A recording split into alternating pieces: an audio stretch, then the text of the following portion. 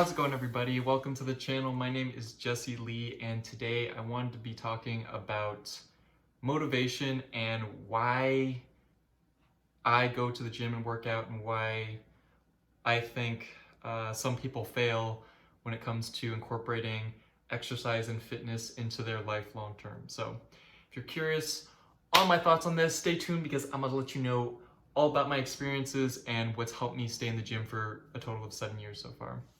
So stay tuned.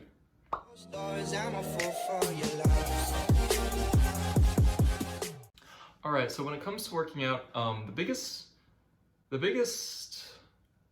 motivator I want to say that folks should be really considering is like, what is their why when it comes to working out? And if that why is something extrinsic, extrinsic.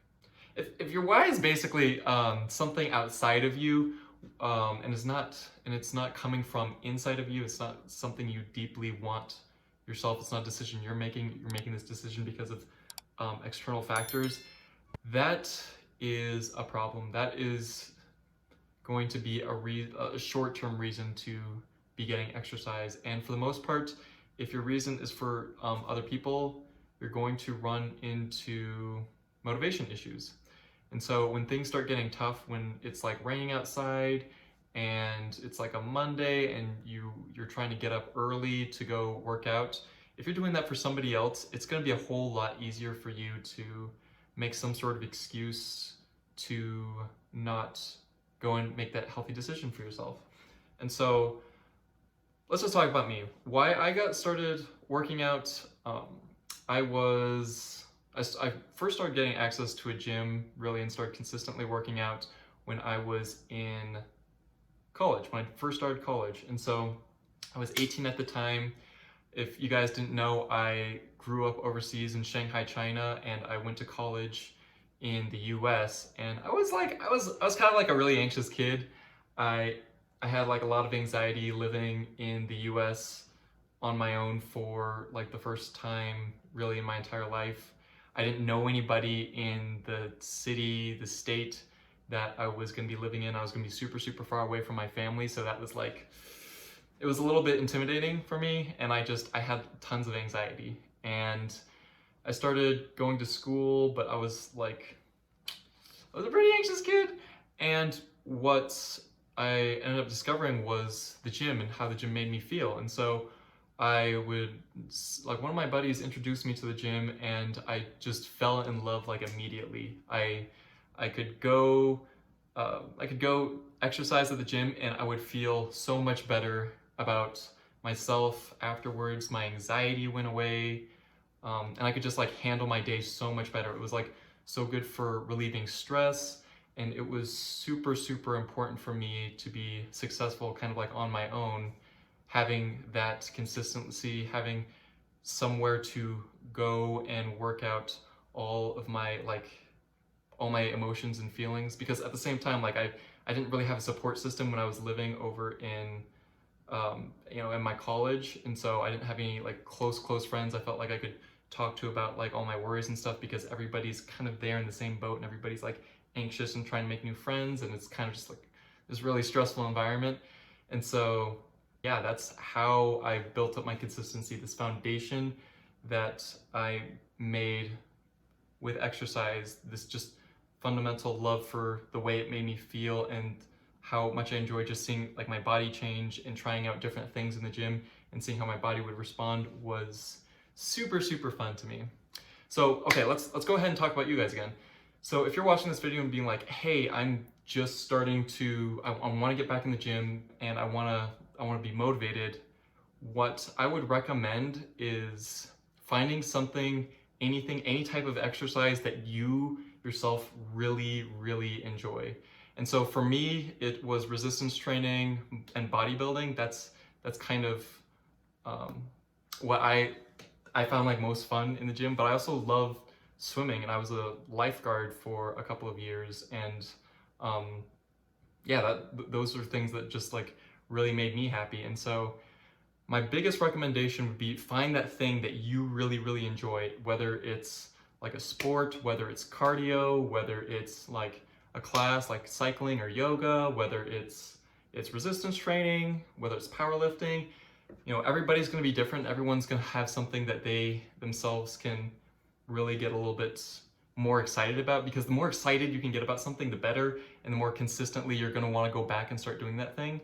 And so that's my biggest number one recommendation, is to find a form of exercise that you are deeply in love with, or that you're just even more interested than some of the other forms of exercise, and try out different things. Like I've tried what is it called? Not badminton. It's the thing with I'm gonna look it up later, but it's this thing right here. And I've tried that before. I didn't really like it. In high school I played volleyball, and I played as a thrower for track and field, and those sports were fun. And so yeah, that's my number one tip. I'm rambling a little bit.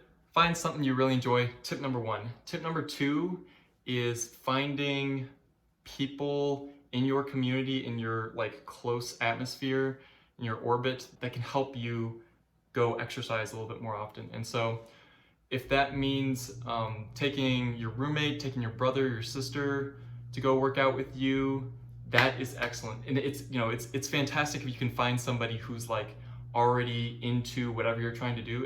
If you like weightlifting, if you know somebody, one of your friends, a coworker who's into it, go chat them up and be like, hey, yo, I think, I want to get into this. Can you help me? And start building a small community like that. It is so helpful to have somebody who you can hit up and who can help you make this better decision for your life. And so that would be biggest tip number two, finding somebody, ideally somebody who's a little bit more experienced and who's done what you want to do for a significant amount of time, and just join them in that and start building up a small community of people that you can talk to, who also get excited about this thing that keeps you active and healthy and happy. That's huge. That's huge for motivation. So yeah, tip number two. Tip number three is going to be making a goal for yourself. And so, sometimes when people hear the word goal, they think, some crazy thing they have to obtain. And that really just depends on your level of experience. And so if you are super brand new, you haven't really done any form of exercise for months, that goal could be something as simple as going to the gym, 3 days a week and just doing anything, just getting to the gym, making your way there and doing something. And that could be excellent goal to have. If you've been resistance training for a couple of years, your goal might be something more specific and honed in. It might be something I want to be able to deadlift 500 pounds by the end of the year. And so whatever it is you want to do, whether it's a sport, excellent goal could be to play in an intramural league, for an entire season. It could be something I want to run a 5K all the way through without taking breaks.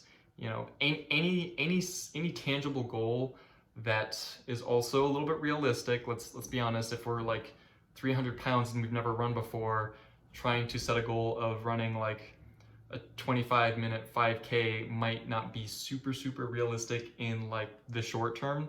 But it's definitely something to shoot for, and you can set yourself up for success by making smaller little goals to help guide your fitness and what you're doing exercise-wise to help bring you a little bit more success. And so for me, I actually got a recent question. Someone wanted to know, his name is P Mikey Mike. Mikey Mike! P Mikey Mike is asking me what my goals are personally. And so, I've been resistance training for 7 years, and I currently want to be going on a bulk. So I'm roughly 200 pounds right now, and I want to be up at about 205, 210 and hang out at that weight for a couple of months. And the reason is because all throughout my lifting career, I've noticed that whenever I was in a significant caloric surplus, my strength and my muscle mass just kind of went up very easily.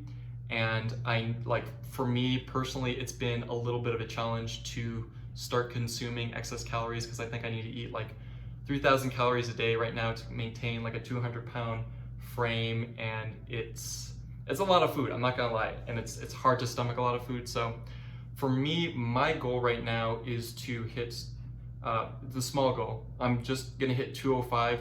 I'm gonna see how I look, I'm gonna see how I feel, I'm gonna see how I perform, and then I'm just gonna evaluate from there. If I wanna keep going up to 210, that's gonna be a decision to make at that point. But I know I'm not, since I'm having so much trouble consuming so many calories, what I really want to do is set a small goal for myself, reevaluate when I get there, see how I feel and see how I'm performing, and then just go from there. And that's okay. Your goal doesn't have to be like the craziest, I want to be like an IFBB bodybuilder pro, or something crazy like that. It can just be like, I just want to make a small tangible goal right here. I just want to go up in 5 pounds, and I want to see how that feels. That's for me. Go ahead and set a wonderful, attainable goal for yourself, and that would be my biggest tip number 3. And so those are the 3 tips I got for you today. Let me know if these helped you out at all. Let me know in the comments down below, what your goals are for 2020. And yeah, I hope this helped. I'll see you guys in the next video. If you watched this far through the video, I really appreciate you. And if you haven't already and you've watched this far, go ahead and subscribe, and that would be that'd be excellent. I would love for you to check out some more of my content as it comes out. But I love each and every single one of you. I hope you have a wonderful day wherever you are. And yeah, I'll see you guys in the next video. Peace.